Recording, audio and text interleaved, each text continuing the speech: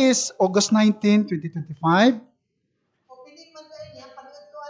Today we have 5 RFQ or the request for quotation submitted by our prospective supplier from the maintenance section, as well as we have 1 goods and services for pre-bid this morning. First, I want to acknowledge the presence of our back members are present today. From my left, the Chief of the Planning and Design Section, Engineer Siberes Baco. Good morning, Sir Baco. The Chief of the Quality Assurance Section, Engineer Era Flores. Good morning, Mamela. Our representative from the Maintenance Section, Engineer Arnel Felipe, also a back member. Our Head of the Procurement Unit, Engineer Monarugong Amerol. Good morning, Sir Amerol. Our Head of the Technical Working Group, Engineer Alfredo Masado from the Construction Section, as well as our back member, the Chief of the Administrative Section, Ms. Eileen Macmahon. Good morning, Ma'am Ai. So our back secretariat, as well as our technical working groups who are present here, our viewer from our official Facebook, for our official YouTube channel or website, the Davao City 2nd DEO.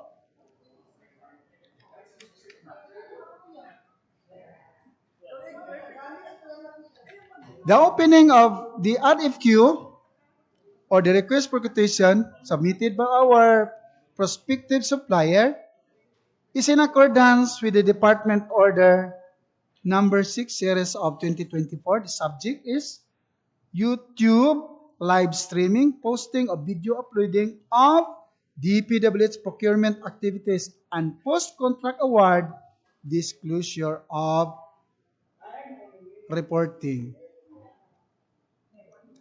To foster digital transformation and enhance transparency, the Department of Public Works and Highways introduces a new policy for live streaming and posting of procurement activities on YouTube. This initiative, in line with Administrative Orders Number 34, Series of 2020, leverage YouTube broad reach and functionality.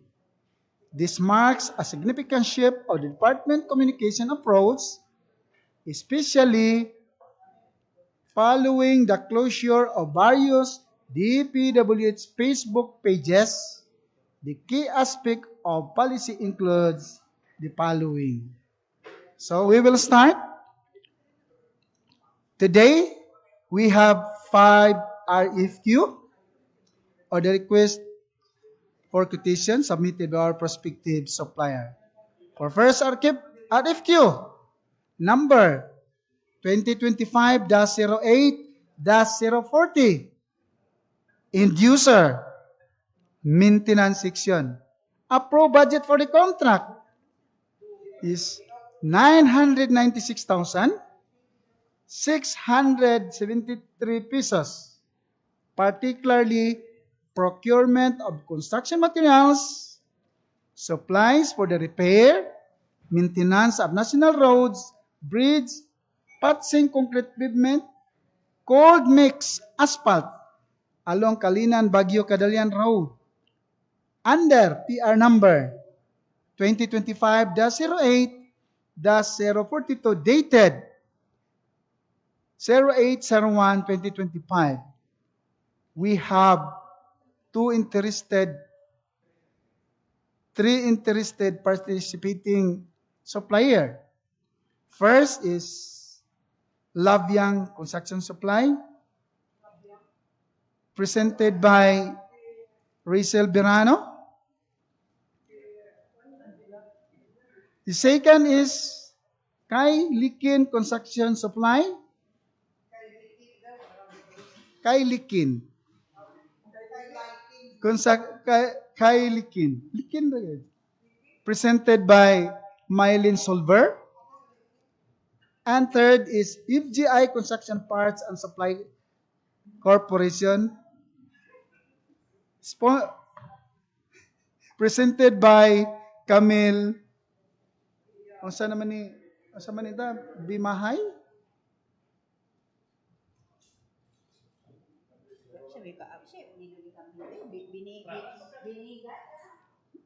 Okay, presented by Bimigay. Okay. Presented by Camille Bimigay. The second RFQ number 2025-08-041. End user. Again, maintenance section. Approved budget for the contract is 995,121 pesos. Particulars. Procurement of construction materials, supplies for repair, maintenance of national roads, penetration patching bituminous pavement along Davao Bukidnon Road under PR number 2025-08-043 dated August 1, 2025. Again, we have 3 interested supplier. Labyang Construction Supply, represented by Rachel Birano.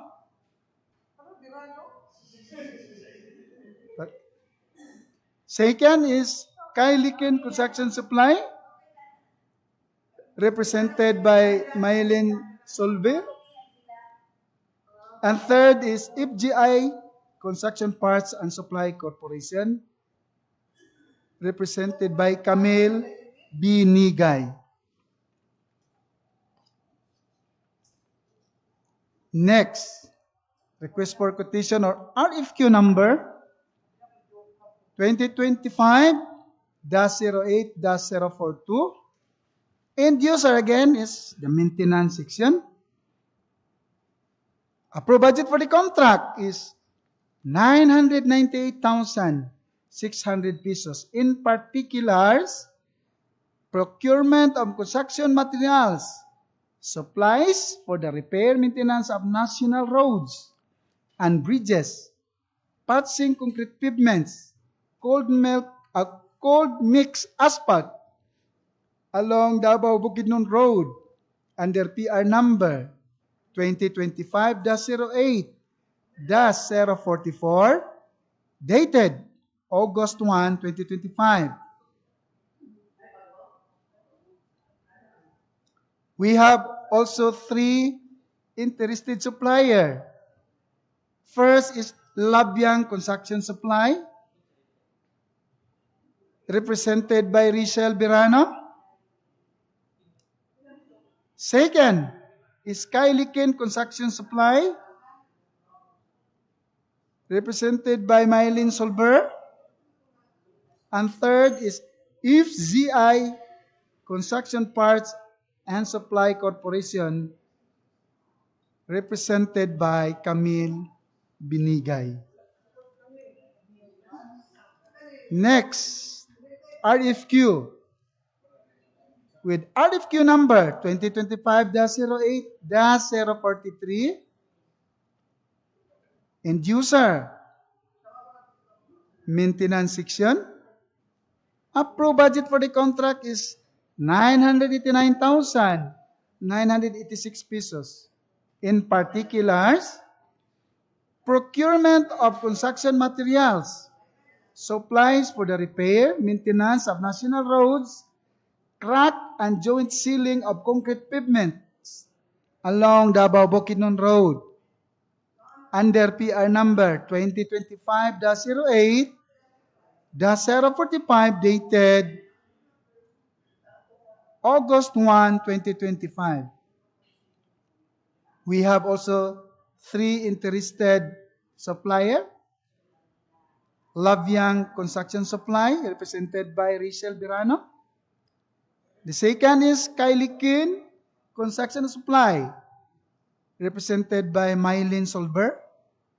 And third is FGI Parts and Supply Corporation, represented by Camille Binigay. Binigay na, no? Binigay na. Fifth, RFQ with RFQ number 2025-08-044. End user, maintenance section. Approved budget for the contract is 990,840 pesos. In particulars, procurement of construction materials, supplies for the repair, maintenance of national roads, penetration patching bituminous pavement along Maharlika Highway, Davao City, Junction, Digos section, under PR number 2025-08-046, dated August 4, 2025. We have 3 interested supplier. First is Lavyang Construction Supply, represented by Rachel Birano. Second is Calinan Construction Supply, represented by Mylene Solber. And third is FGI Construction Parts and Supply Corporation, represented by Camille Binigay. Okay, that's our 5 REQ for opening today. So we have to continue prior to the opening of our 5 REQs. Today we have 1 goods and services to be pre-bid today. Invitation to bid for the contract with ID 25 GLH 0009 PR 2025-08-047, dated August 4, 2025. Procurement of diesel fuel for use in various vehicles assigned at ADIS office, administrative section, finance section, construction section, planning and design section, and quality assurance section at DPWH, Davao City, 2nd DEO, Tugbok District, Davao City. The DPWH Davao City 2nd District Engineering Office, through the EO 2025, intends to apply the sum of 1,490,580 pesos, being the ABC2 payment under for the contract of procurement of diesel fuel for use in various vehicles assigned at ADIS office, admin section, finance section, construction section, and planning and design section, and quality assurance section at DPWH Davao City 2nd DEO, Tugbok District, Davao City, with contract ID 25 LH009, bids received in excess of the EBC shall be automatically rejected at bid opening. Second, the DPWH Davao City 2nd District Engineering Office now invite bids for the above procurement project. The delivery of goods required within prescribed period, indicated schedule of requirements. Bidders should have completed from the date of submission and receipt of bids a contract similar to the project. The description of an eligible bidder is contained in the bidding documents, particularly in Section 2, Instruction to Bidders. Bidding will be conducted through open competitive bidding procedures using a non-discretionary pass-fail criterion as specified in the 2016 Revised Implementing Rules and Regulation or IRR of Republic Act number 9184. Bidding is restricted to Filipino citizens, sole proprietorships, partnerships, or organizations with at least 60% interest or outstanding capital stock belonging to citizens of the Philippines and to citizens or organization of a country, the laws or regulation of which grant similar rights or privilege to Filipino citizens pursuant to Republic Act number 5183. Fourth, prospective bidders may obtain further information from DPWH Davao City 2nd District Engineering Office and inspect the bidding documents at address given below during office hours, Monday to Friday from 8 a.m. to 5 p.m. Fifth, a complete set of bidding document may be acquired by interested bidders from August 12 to September 2, 2025 until 9 a.m. from the given address below and website below and upon payment of applicable fee for the bidding document pursuant to the latest guidelines issued by GPPB in the amount of only of 5,000 pesos. The procuring entity shall allow the bidder to present its proof of payment for the fees presented in person by Paxmire. Sixth, the DPWH Davao City District Engineering Office today hold a pre-bid conference in our district conference office. Video conference webcasting, this activity can be viewed to our official social media platform and shall be open to all prospective bidders. Bids proposal may be submitted through authorized representatives to the back secretariat office and should present two valid identification cards issued by the company they are representing and any government institutions.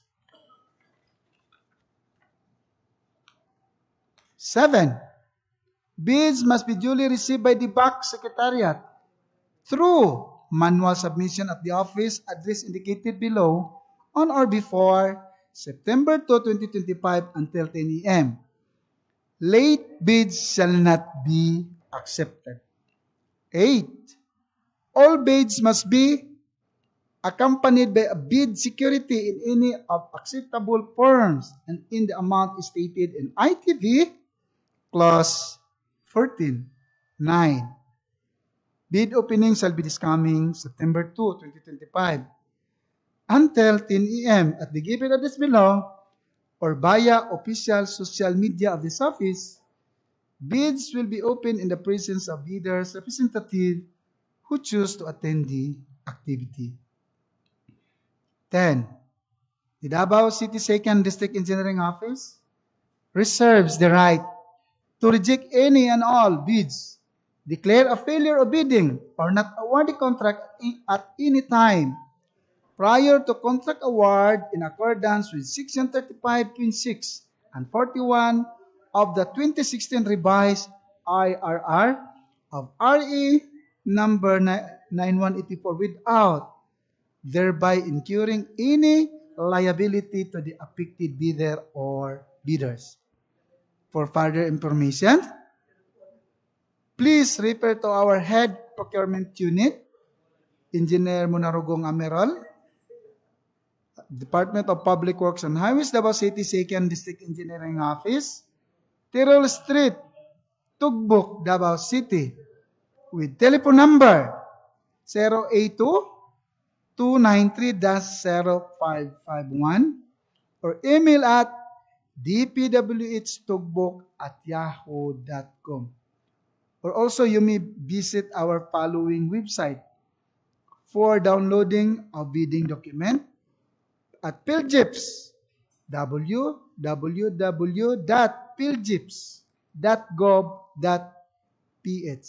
And our DPWH website is www.dpwh.gov.ph/dpwh/ or our official social media page www.youtube.com/@dpwh_dc2_DEO.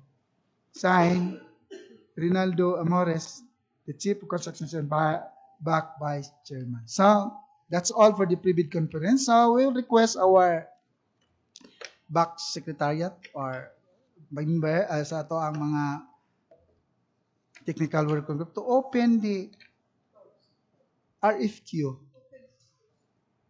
of our prospective suppliers who participated this opening.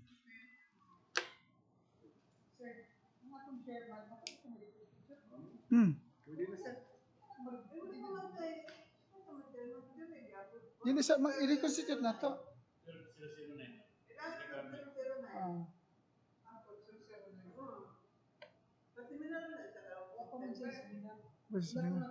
Ikaw sa among iba, ikaw sa among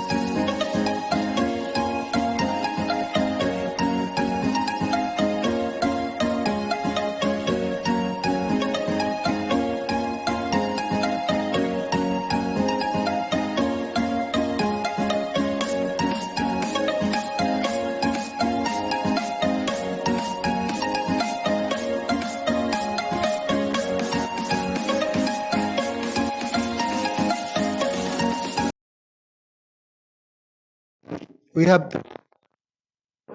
submitted by our prospective suppliers. So we'll request Engineer Baco to read the bid prices offered by our prospective supplier.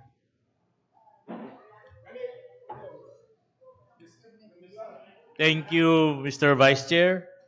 Good morning, fellow members of the BAC and the also our TWG head and members. I will now read the result of the offers for the suppliers of the RFQ. First, with RFQ number 2025-08-40 with an ABC of 996,673 pesos. Procurement of construction materials, supplies for the repair maintenance of national roads and bridges, patching concrete pavement, cold milk mix asphalt along Calinan-Baguio-Cadalian Road under PR number 2025-08-042 dated August 1, 2025. First supplier is Love Young Construction Supply. Bid amount 994,449 pesos and 50 centavos.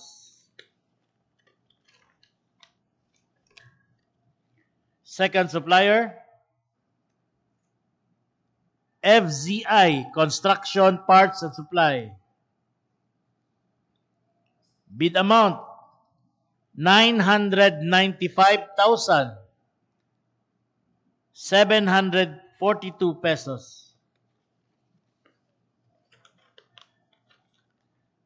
Third supplier is Kailiken Construction Supply. Bid amount 996,259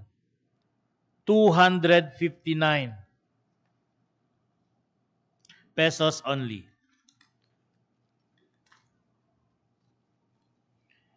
The second RFQ, wala pa. Okay. Lowest bidder na? Okay. Now for the lowest bidder. The lowest bidder is Love Young Construction Supply with an ABC of 996,673 pesos. An ABC and the bid as read is 994,449 pesos and 50 centavos with a variance of 2,203 pesos and 50 centavos with negative 0.22 variance from ABC. Second is Calinan Construction Supply with bid amount wala din nagisunod. Second ayun number eh. Second is FZI Parts and Supply Corporation with a bid amount of 995,742 pesos with a variance of 931 pesos and a variance from ABC of 0.09. And the last is Calinan Construction Supply with a bid amount of 996,259 pesos with a variance of 414 pesos and a percentage variance from ABC of 0.04%. Subject for post-qualification. Sige na lang.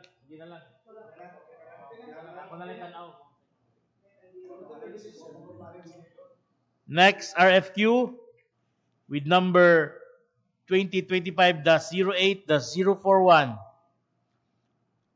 with an ABC of 995,121. Procurement of construction and material supplies for the repair maintenance of national roads. Penetration patching bituminous pavement along Davao Bukidnon Road with PR number 2025-08-043 dated August 1, 2025. First supplier is Love Young Construction and Supply. Bid amount 993,145 pesos and 25 centavos. Next supplier is FZI Construction Parts and Supply Corporation with a bid amount of 994,990 pesos. Next supplier is Calinan Construction.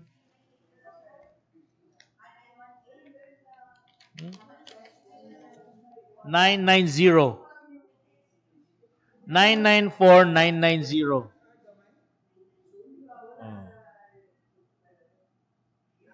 Calinan Construction and Supply with a bid amount of 995,084 pesos. 084. And now for the tabulation for the lowest. The lowest is Love Young Construction and Supply with a bid amount of 993,145 pesos and 25 centavos with a variance amount of 1,975 pesos and 75 centavos with 0.2 variance percentage from ABC. Next is FZI Construction Parts and Supply with a bid amount of 994,990 pesos with a variance of 131 pesos and 0.01% variance from ABC.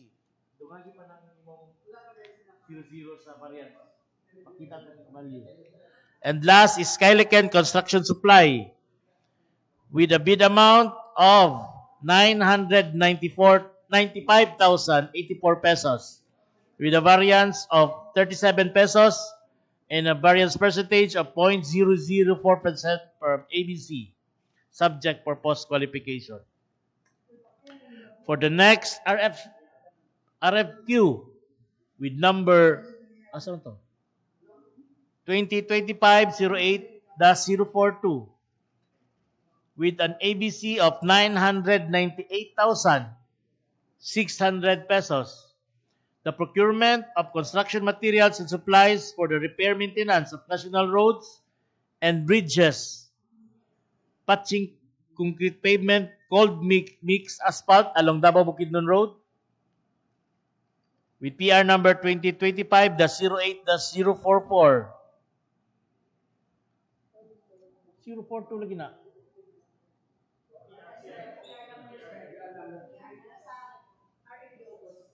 Okay. Dated 8/1/2025. Okay, sige, tama. First supplier, Love Young Construction Supply. Bid amount, 996,373 pesos only. Next supplier, FZI Construction Parts and Supply Corporation with a bid amount of 997,668 pesos only. Next supplier, Calinan Construction Supply with a bid amount of 998,186 pesos only. For the tabulation of the lowest bidder is Love Young Construction Supply with a bid amount of 996,373 pesos with a variance of 2,227 pesos with 0.22 variance from ABC. Next, lowest bidder is FZI Construction Parts and Supply Incorporated with an bid amount of 997,668 pesos with a variance amount of 932 pesos with 0.09 percentage variance from ABC. And last is Calinan Construction Supply with a bid amount of 998,186 pesos with a variance of 414 pesos with 0.04% variance from ABC, subject for post-qualification. The next RFQ with RFQ number 2025-08-043 with an ABC of 989,986 pesos. With procurement of construction materials and supply for the repair maintenance of national roads, crack and joint sealing of concrete pavement along Davao Bukidnon Road. With under PR number 2025-08-45 dated 8/1/2025. First supplier, Love Young Construction and Supply. Bid amount, 987,962 pesos and 50 centavos. Next supplier is FZI Construction Parts and Supply with a bid amount of 989,898 pesos. Next supplier is Calinan Construction Supply with a bid amount of 989,947 pesos.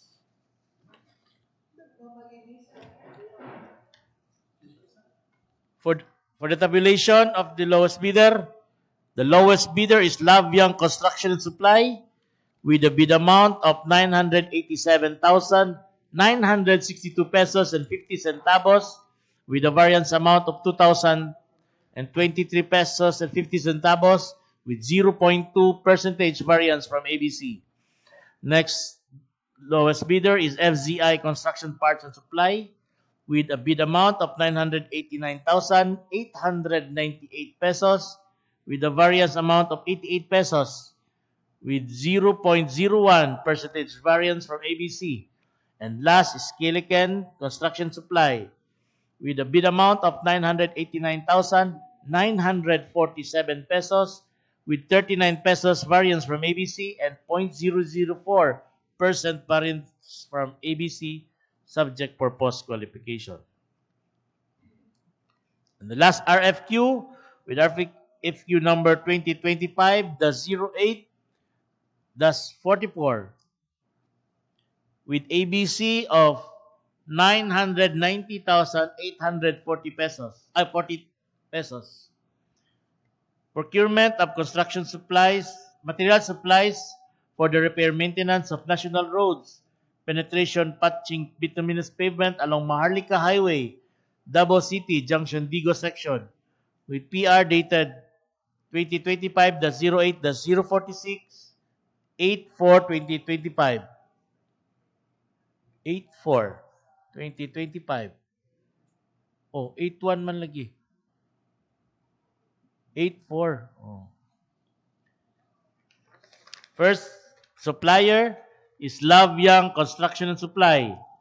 Bid amount 988,662 pesos. Ay, 666 pesos and 50 centavos. Next supplier, FZI Construction Parts and Supply Corporation with a bid amount of 990,794 pesos.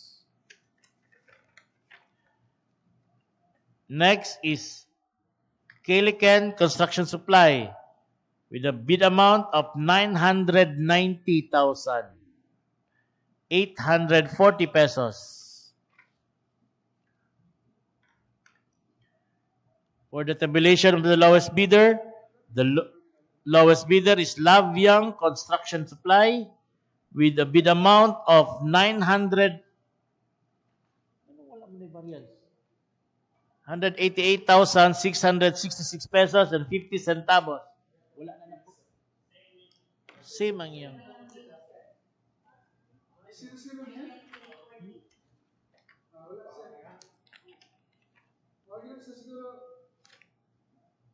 Wala 0-0 eh.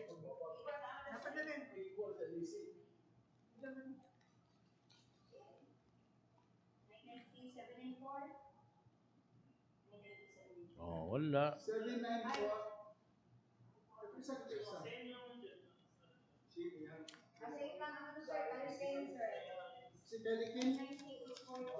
Okay. Next is FZI Construction Parts and Supply with a bid amount of 990,794 with a variance amount of 46 pesos. Idungan ang imong kwan. With a percentage variance from ABC of 0.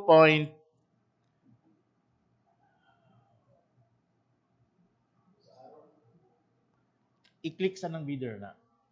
I-click na tong arrow. Ang arrow, i-click. Katong, kana, magdungag ka. Di, tanggalan ng imong naka-green. Tanggalan ng green, i-click na siya. I-enter. Ayaw. Kana. Hindi na.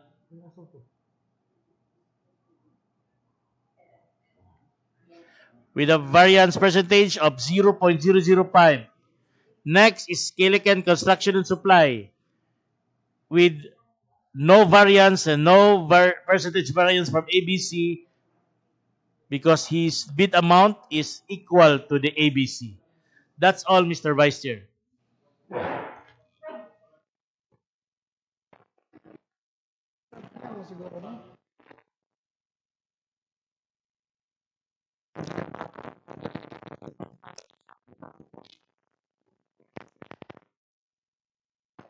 Just sir, we have